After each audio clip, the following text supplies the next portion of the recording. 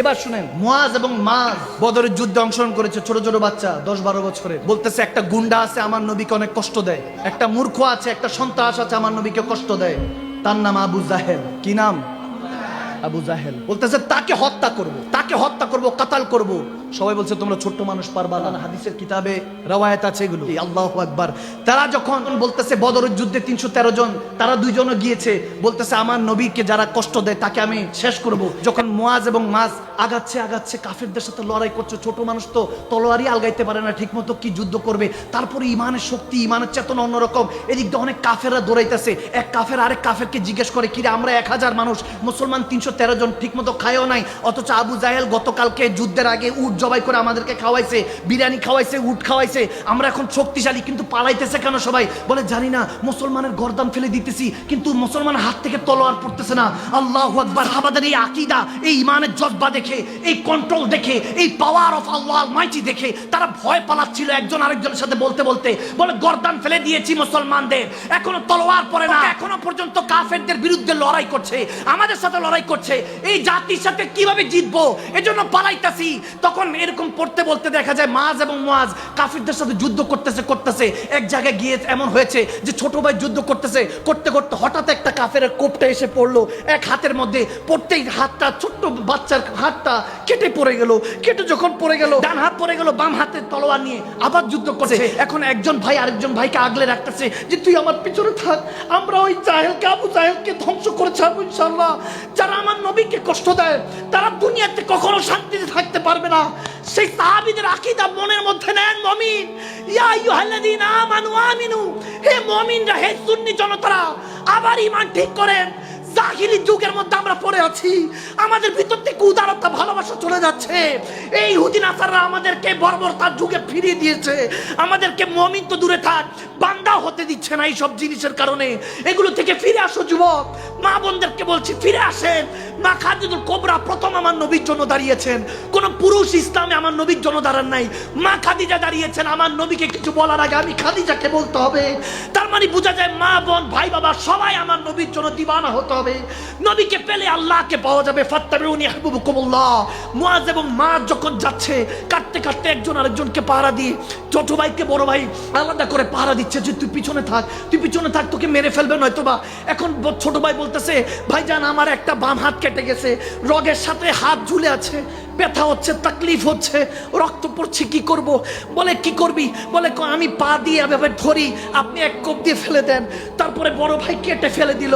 আরেক জায়গায় দেখা গিয়েছে বড় ভাইয়ের বাম হাত কেটে গেল, এখন একটাই বড় ভাইয়ের ডান হাতটা শুধু বাকি, আর ছোট ভাইয়ের 2 হাত শেষ, এক হাত বড় ভাইয়ের শেষ। এখন কি করবে? বলতেছে ওই যে দেখা যাচ্ছে আবু জাহেল। একজন সাহাবাকে জিজ্ঞেস করলো, আবু জাহেল কোনটা? বলো ওটা। বলে তোমাদের এই অবস্থা কেন, তোমরা এখানে কি করছো? বলে আমার নবীকে যারা কষ্ট দেয় তাকে আমি জিন্দা থাকতে দিব না। তারা এইভাবে বলে। কাছাকাছি গেল, ছোট ভাইয়ের কাঁধের মধ্যে চড়ে বড় ভাই উঠলো, তার প্রথম ঘোড়ার পায়ে মারলো, তারপর গর্দানে মারলো। এত বড় শক্তিশালী আবু জাহেল, দুজন সাহাবায়ে রাসূল ছোট ছোট বাচ্চাদের হাতে নিহত হলো, অবস্থা খারাপ হয়ে গেল। আব্দুল্লাহ ইবনে মাসউদ রাদিয়াল্লাহু তাআলা কান্না করতে করতে হাদিসটা বর্ণনা করছিলেন। বলে আমি যখন হাদিসটা বর্ণনা করছি তখনও চোখ দিয়ে পানি পড়ছে, লেখাগুলি মুছে যাচ্ছে। তারপরেও বলতেছে আমার নবীকে তো ওই বাচ্চাদের মতো ভালোবাসতে পারলাম না। যখন এরকম ভালোবাসার নিদর্শন হলো, যুদ্ধ সমাপ্তি হলো, মুসলমানরা জয়ী হলেন। জয়ী হওয়ার পর পেয়ারা নবী জানতে পারলেন। বলে দেখো আবু জাহেল কোথায় পড়ে আছে।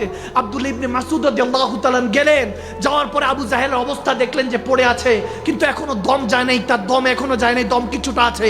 সে এসে বলতেছে আমি তখনও মুহাম্মদকে ঘৃণা করতাম, নাউজুবিল্লাহ, এবং আমার উত্তরসূরি কিয়ামত পর্যন্ত থাকবে, নাউজুবিল্লাহ। সে বলতেছে যে আমি ভবিষ্যৎবাণী করে দিয়ে গেলাম, আমার উত্তরসূরি থাকবে যারা মুহাম্মদকে পছন্দ করবে না, নাউজুবিল্লাহ, আমার হুজুরকে, রাসূলকে পছন্দ করবে না। তখন আব্দুল্লাহ ইবনে মাসউদ তখন তলোয়ার নিলেন যে গর্দান ফেলে দিবে।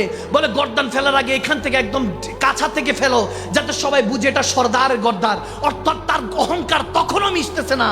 আল্লাহ তার কলবের মধ্যে খাতামাল্লাহু আলা কুলুবিহিম ওয়া আলা সামঈহিম, তাদের কলবের, দৃষ্টির মধ্যে, শোনার মধ্যে, সবকিছুর মধ্যে আল্লাহ যখন মোহর মেরে দেয়, আল্লাহ বলেন যে তারা ঘুমের মধ্যে থাকে, তারা কখনো নবী চিনবে না, আল্লাহ চিনবে না। ওই জাহেলকে যখন আব্দুল ইবনে মাসউদ সাহাবায়ে রাসূল যখন গর্দান মেরে দিলেন, তখন আমার নবীর কাছে আবু জাহেলের গর্দান নিয়ে আসলেন। ইয়া রাসূলুল্লাহ, তার গর্দান উড়িয়ে দিয়েছি। বলে মুআজ এবং মাস কোথায়? তারা যখন আসলো, আমার নবী দেখতেছে তারা দুই ভাইয়ের হাতগুলি নিয়ে এসেছে, খোদবা খুঁজে টুজে নিয়ে আসছে। ইয়া রাসূলুল্লাহ, এতটুকু আপনাকে ভালোবাসি, আমরা ছোট মানুষ তো কিছু জানি না। আমার নবী বললেন, টেনশন করিস না, আমার কাছে আয়। আদর করলেন, কপালে চুমু খেলেন এবং বললেন, হে ওমর, দেখে রাখো, আমার আলী ইন্তেকালের পর মুআজ ইবনে আমর এবং মাজ ইবনে আমর তারা আমার ইমামে হোসাইনের কাফেলার সাথে সৈনিক হবে, কারবালায় যাবে, নিজের রক্ত দিয়ে গোসল করে আওলাদের রাসূলদের জন্য আমার মহব্বতে জান দিবে। তারা সেই পর্যন্ত হায়াত পেয়েছেন, হাদিসে এসেছে। মতান্তর আবার দেখা গিয়েছে আমার নবী মুচকে হাসি দিয়ে নবীজি থুতু মুবারক দিয়ে তাদের হাতের মধ্যে লাগিয়ে দোনো হাত ঠিক করে দিলেন, সুবহানাল্লাহ।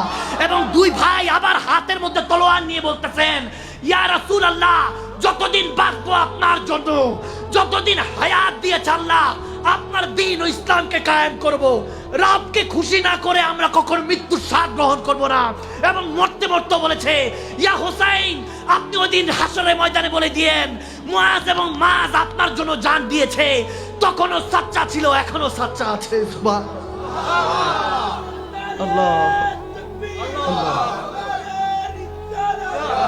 উচ্চ আওয়াজে বলুন না, ইয়া রাসূলুল্লাহ। সজীবতা ও স্নিগ্ধতায় নিজেকে ডুবিয়ে রাখুন সব সময় ইব্রুনের প্রিমিয়াম এবং কোয়ালিটিফুল আতরের সাথে। অর্ডার করতে এখনই ভিজিট করুন www.ibrun.com।